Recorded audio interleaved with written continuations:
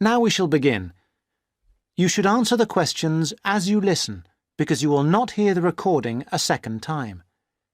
Listen carefully and answer questions 1 to 5. Hi, I wonder if you could help me. I'm starting a course at Glenfield in a few weeks. I was just a bit worried about what facilities there will be and what I'll have to do. I'm especially interested in health and welfare stuff. Certainly. We normally send out a copy of our leaflet, Staying Healthy at Glenfield. I'm not sure why you haven't had it. Well, could you answer a few questions for me? Firstly, I'm wondering about how I get a doctor when I arrive. Well, you can register with the University Health Centre on North Campus. And do I have to pay for that? Not to register, but if you have to get medicines, there's a prescription charge of £6.50. Okay. Well, I'm not planning to get ill. That's only going to arise if I have any problems. So, should I just go along when I arrive? That's what we recommend for peace of mind, but it's not compulsory, and if you don't live inside the catchment area, you can't in fact register there. Where do you live? Well, at the moment I'm staying at the Backpackers Hostel in Hill Street, but I will be moving from there shortly, somewhere nearer. Well, there's a map at the centre which shows you the area that the university practice can accept people from. It's what we call the yellow zone. If you live outside that area, you have to find another medical centre to register with. It sounds like I'll only qualify after I move. I think you might be right. Then, in addition to the health centre, there's a free counselling service for all students situated on the North Campus. You don't have to register. They also have drop-in sessions. I say it's free, but that's only for up to 8 sessions. Beyond that, they normally refer people elsewhere. Sounds serious. Well, it's not just for big problems.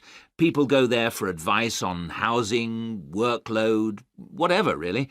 They can even arrange financial help. Is it confidential? Absolutely. Then again, a lot of students prefer to phone the Nightline service, which is run from an office on the central campus. They don't really encourage people to drop in. I see. So it's basically a free phone line. The number, if you want to make a note, is 0900 762 5913. I'll say it again. 0900 762 5913. Fine. Well, I hope I won't need any of these. What I will want is access to some gym facilities. Right.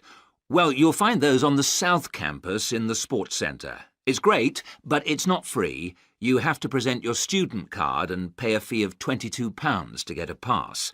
But that will last you for the whole year.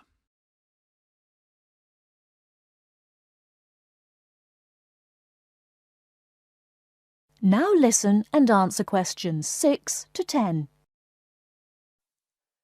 Is this information on the website? I'm afraid not.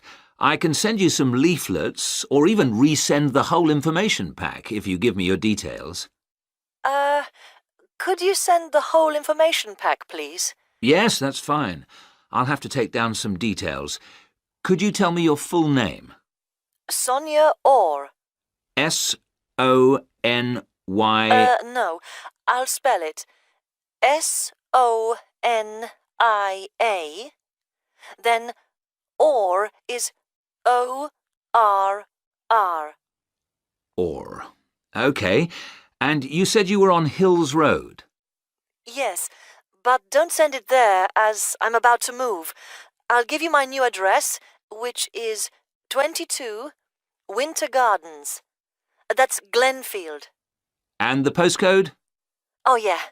That's GF23 9BQ. Fine. Now, we're doing a bit of data collection about who uses our services at the moment. Can I just ask a few more questions?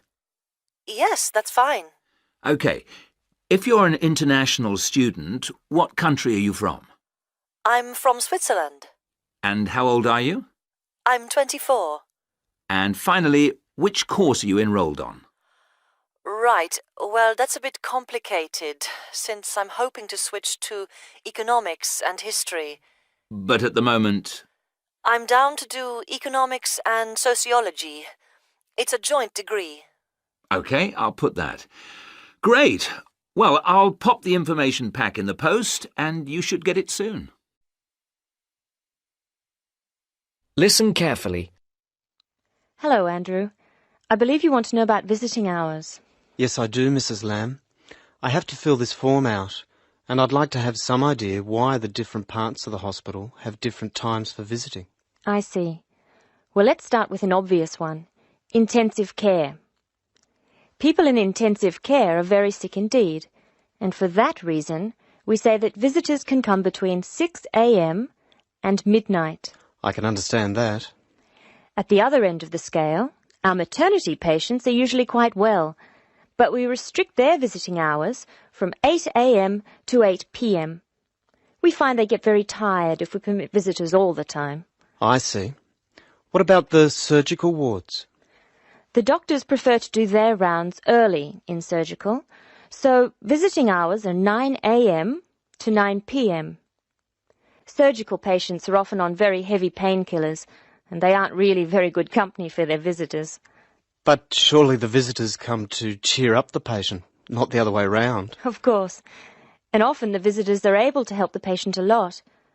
That's why we allow visitors all day, the full 24 hours in the emergency ward. They help comfort the patient while they're waiting to be diagnosed. Of course, it's not just everyone who can visit a sick patient. People in intensive care can only be visited by their immediate family. What's more, we only allow 2 people in at any time. We let children of the immediate family in to visit people in intensive care, but we don't like to do it. It's very hard on the children, and it may distress the patient. However, if the patient asks for the child, and the family agrees, that's okay. What about children in maternity? Of course we let them in. They're very pleased to see their mothers. The rule in maternity is everyone may visit, up to 6 people at a time. The maternity ward is quite sociable after all. The surgical ward must be different. It is indeed. We don't allow children in the surgical ward because of the danger of infection. And as you know, we restrict the hours.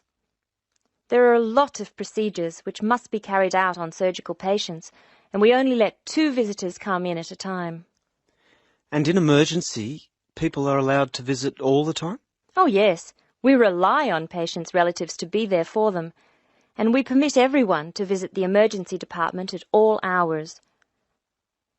However, we restrict it to 3 visitors for each patient. Otherwise, the room just gets totally crowded.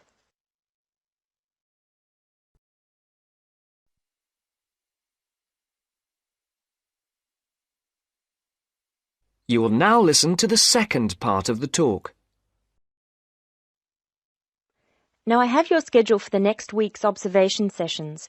Are you ready? Yes. Where do I start? On Monday, you'll be in male surgical in the morning and in female surgical in the afternoon. You'll be following Dr. Shea on her rounds. Thank you. And on Tuesday? On Tuesday, you'll be with Dr. Thomas in the morning and Dr. Robertson in the afternoon. No, that can't be right. You're with Dr. Thomas in the afternoon and Dr. Robertson in the morning. Do I ever get to see Dr. Kim? Yes, you'll be with Dr. Kim on Thursday and Friday. She'll take you through the children's ward and through our new teenage ward for 12 to 15-year-olds. Great. I've read a lot about that new ward. Will I see the schoolroom? Maybe another time. And what will I do on Wednesday? On Wednesday, you'll join the other students for lectures. You'll be in the Redmore lecture room between 8 and 10 a.m. and later between 2 and 3 p.m. Thank you. Do you know how big my class is? The intake this term is 200 first-year students. I'm pleased to say about 1/3 are men, which is good. Nursing used to be an almost entirely female occupation. I know. My father trained as a nurse, and he was considered very unusual. Is he still working as a nurse? Yes, he's working in a hospital in the country. I guess I just wanted to follow his example.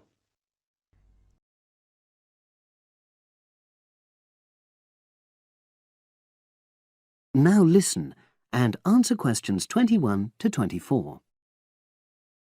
So the task I gave you both was to choose an article about a small-scale research project. Yes. You were then required to try to reproduce the research procedures in your own context, i.e. try it out for yourselves. Yeah, and that's what we've done. Great. So I'd like you to tell me a bit about the article and why you chose it. Well, the article's written by 2 university lecturers who had started using crosswords to help their students revise terminology for exams. And the crosswords were designed and set on computers. And we selected the article because, well, it seemed an accessible topic, even though we weren't familiar with the technique. You know, using IT to design crosswords for higher education. That's a good reason. So these lecturers wanted to see how well this innovation was received by their students. Yes. So how did you go about reproducing the research? Well, we drew up a list of terms from one of our own modules and designed a crossword for revising these terms. Then we asked our classmates to try out the crossword and give us feedback, their opinions on how they felt about using the technique. Was it easy to find participants? It wasn't easy at first, but then we convinced them that by taking part in the research, they were actually benefiting themselves by preparing for an exam, which is coming up later this term. And it worked. Good. So how did you find out what the students thought about doing the crosswords? A questionnaire. The original article used a 2-page long questionnaire. There were lots of excellent questions on it, but the whole section on difficulties using IT is now obsolete. Old-fashioned even though it had only been written a couple of years ago. So you designed a shorter version? Yeah. Then we sent it to the 40 students by email and got 28 replies. I was taken aback by the fact that everybody we talked to thought this was a good return. I mean, the responses were well written. People had taken a lot of care, but I was really disappointed with the low numbers. Yes, an important lesson to learn for an apprentice researcher. Yeah. Now listen and answer questions 25 to 30. So what results did you get? Well, basically, the responses were extremely positive. The students said that doing the crossword on a computer helped them really focus on the work in hand and not be distracted, which is something that commonly happens with other ways of doing revision. Yeah, that was really clear. But something that struck me was that having fun hardly featured in their responses, nor did anything to do with spelling of hard words, which I thought would be an obvious benefit. No? Okay.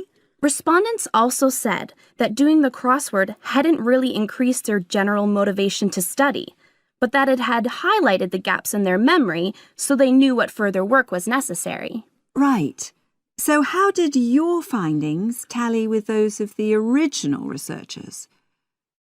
There were lots of similarities, but... There were probably 2 main differences.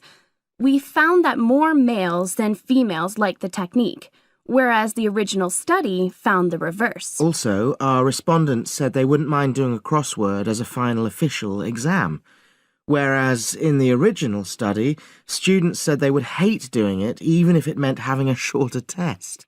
But of course, both sets of respondents said they'd be interested in doing more crosswords for informal purposes, revision, and so forth. Right. So let's have a think about the whole project and what you've learned from doing it. Well, it was very time-consuming. Yeah, and I don't think we managed that aspect very well. It could have been worse. I mean, we didn't have a lot of data, so we didn't have to spend ages processing it. And of course, we'd already done a course on numerical data processing, so there wasn't much new there. Yeah, that's true. Anyway, I think we designed our questions well so that they gave us manageable data. Yeah, it really helped having the original study to guide us, as it were. and that helped us to see what a good research instrument is. What a good questionnaire should be like. Absolutely. We got a lot from that. But when we were writing up the project, I'm not sure whether we'll know how to acknowledge the work of the original study. You know, our referencing. No, that's something we'll both have to work on in the future. Actually, that part's been great. Finding ways to share and support another person. That's the real plus from the project. Learning ways to do that. Well, it's obviously been very successful. Now listen to the tape and answer the questions. Good morning. Today we'd like to talk about wild rice. Contrary to what many people believe, wild rice is not rice at all, but a grass. Much of it sold in the world today is not even wild, but rather cultivated varieties that do not occur naturally. Wild rice is really an annual aquatic seed found mostly in the upper freshwater lakes of Canada, Michigan, Wisconsin, and Minnesota in North America.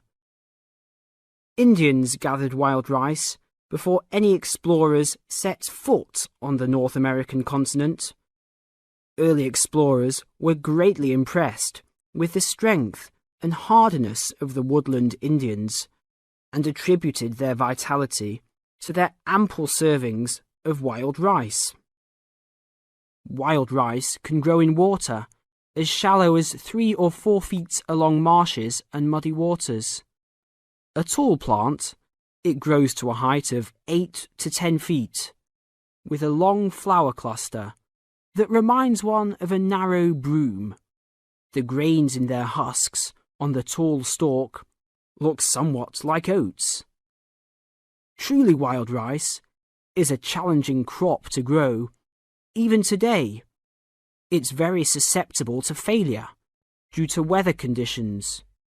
If a heavy windstorm comes along just before harvesting, the seeds can be blown into the water, ruining an entire crop. Harvesting at just the right time becomes a matter of beating the birds to it, since wild rice is considered a delicacy by many birds living in the area.